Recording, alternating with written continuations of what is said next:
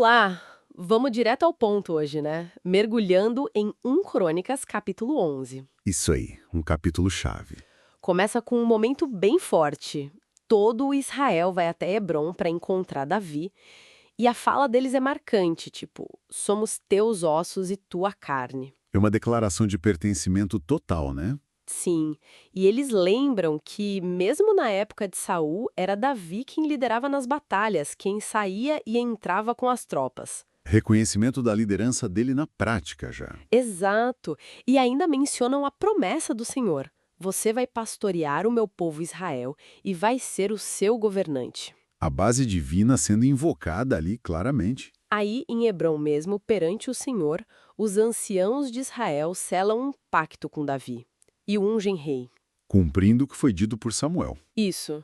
A promessa se concretiza ali. É um momento assim de formalização crucial. Hebrom já era importante, mas esse pacto une as tribos de vez, E é interessante como mistura, né, a liderança militar que ele já tinha. com essa sanção divina explícita. Dá uma legitimidade muito forte para ele. E é o começo oficial do reino unificado sob Davi. E mal é coroado, Davi já parte para ação, ele e todos os israelitas marcham para Jerusalém, que na época era Jebus, né? Jebus, isso. Controlada pelos jebuseus. E os jebuseus parece que bem confiantes até debocham, tipo, você não vai entrar aqui. Subestimaram ele, né? Totalmente.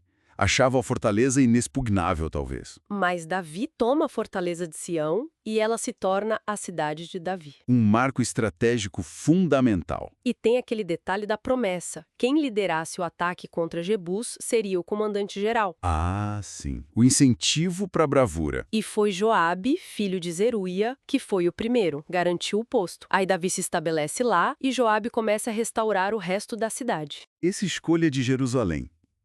Muito inteligente. Por quê? O que tinha de especial? Bom, primeiro não era território de nenhuma tribo específica. Ao fazer dela a capital, Davi cria um centro neutro. Ah, entendia. Evita aquelas disputas tribais pela capital. Exatamente. Ajuda a unificar. É mais que uma vitória militar, é um movimento político de construção da nação mesmo. E o texto até fala que Davi ficava cada vez mais poderoso. Porque o Senhor dos Exércitos estava com ele. O texto faz questão de ligar o sucesso dele diretamente a Deus. Faz todo sentido. Bom, vamos para outra parte famosa. Os homens valentes de Davi. A lista dos heróis. Isso. O texto diz que eles, junto com todo Israel, deram um apoio muito forte para o reinado deles se estabelecer em toda a terra, conforme a promessa do Senhor. Mostra a base de sustentação humana do reino, né? A força bruta e a lealdade. E a lista já começa, assim, de forma impactante com Jazobeão, um racomonita, chefe dos oficiais. O Jazobeão.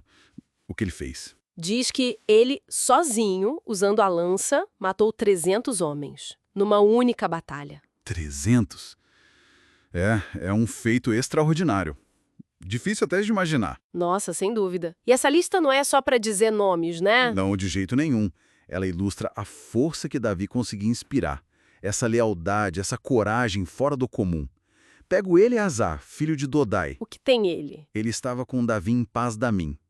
Tinha lá um campo de cevada, os filisteus atacaram, e as tropas israelitas fugiram. Ah, situação complicada. Muito.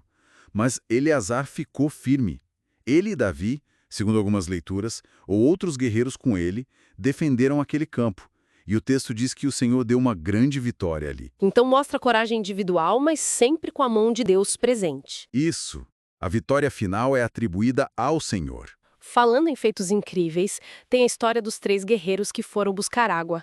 Essa é demais. Ah, essa é clássica. Conta aí. Davi estava na fortaleza, talvez Adulão, e os filisteus tinham uma guarnição em Belém, a cidade natal dele. Aí ele solta um desejo, quase um suspiro. Ah, quem me dera beber a água do poço que fica junto à porta de Belém. Um desejo nostálgico, talvez? Parece que sim, mas aí 3 dos principais guerreiros dele ouvem isso. E levam a sério, muito a sério. Demais. Eles simplesmente atravessam o acampamento filisteu, um perigo absurdo, vão até o poço, tiram a água e trazem de volta para Davi. Imagina a cena, o risco que correram por um desejo do rei. Exato. Mas aí vem a parte mais surpreendente. Davi pega a água e não bebe. Ele não bebe.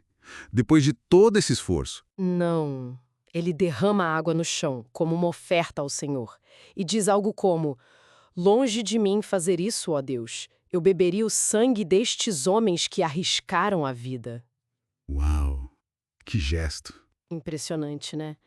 O que isso significa na sua visão? Olha, é muito profundo. Ao igualar a água, conseguida com tanto risco, ao sangue dos homens, Davi mostra um respeito imenso pelo sacrifício deles. Ele valoriza a vida e a lealdade acima do próprio desejo. Coloca os homens acima de si mesmo, de certa forma. Sim, é um tipo de liderança que, apesar de tudo, reconhece o custo humano. E isso, claro, inspira uma lealdade ainda maior, uma devoção extrema. Faz todo sentido que esses homens fossem tão leais. Entendi. Realmente marcante. Bom, a lista continua, né? Tem Abissai, irmão de Joabe, Outro nome de peso. também com 300 homens mortos creditados a ele. Se tornou comandante dos 3 mais famosos, embora o texto diga que ele não era um deles. Meio confuso isso, mas... As listas têm suas complexidades.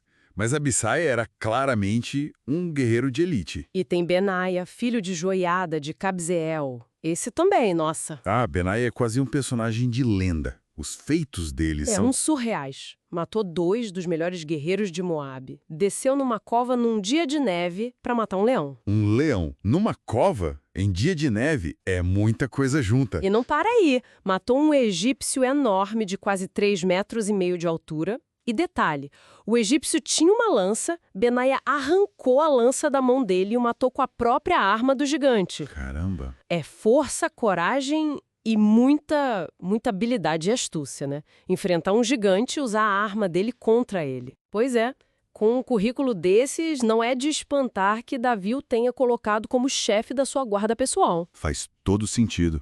Segurança máxima com um cara desses. E é interessante notar também a presença de Urias, o hitita, na lista dos valentes. Verdade. O que isso sugere? Mostra que o círculo íntimo de guerreiros de Davi não era exclusivamente israelita.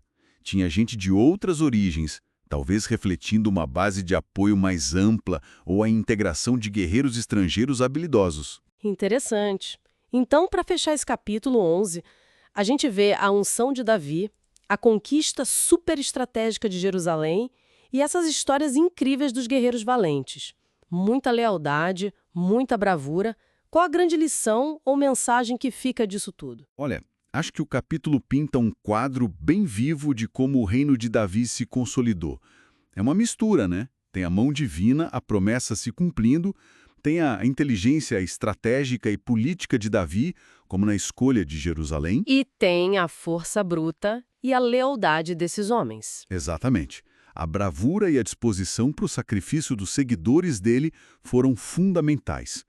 E aí fica a reflexão, talvez.